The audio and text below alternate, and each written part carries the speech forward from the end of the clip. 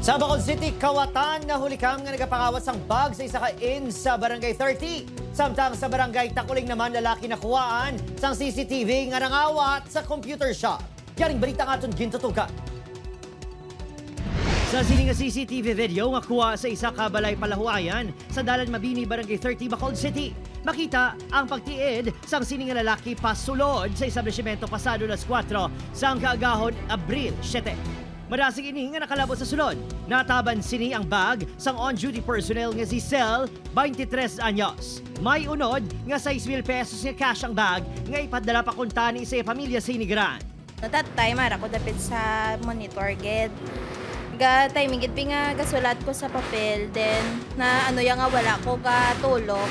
Pag sulod niya di is amo na to ang time nga ano nga hinahinay sa gabi. Importante gid nga may secure kay kung gabi daan hindi impactan taong gasulod mo.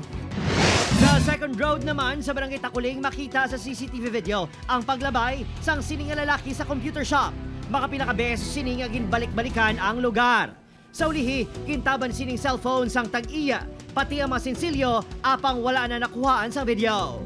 May open ang pertahan, so wala lang ko lihantaw ko. Paglili ko sa gwa, aberto na ang kudal. Kag ang isa ka plywood, naging kakas na siya. Siya ang lalaki ko noong nagkawat man sa cellphone sa may Barangay 39. Ginatutukan karon sa kaprisan ng mga insidente sang kinawatay. Ginahibalo pa kung may organisado nga grupo sang makawatan sa syudad.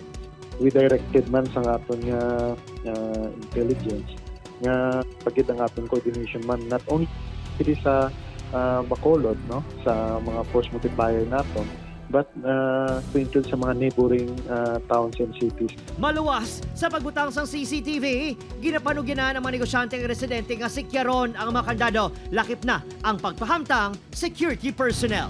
Upod, Kiril Casillo, Adrian Priatos, 1 Western Visayas.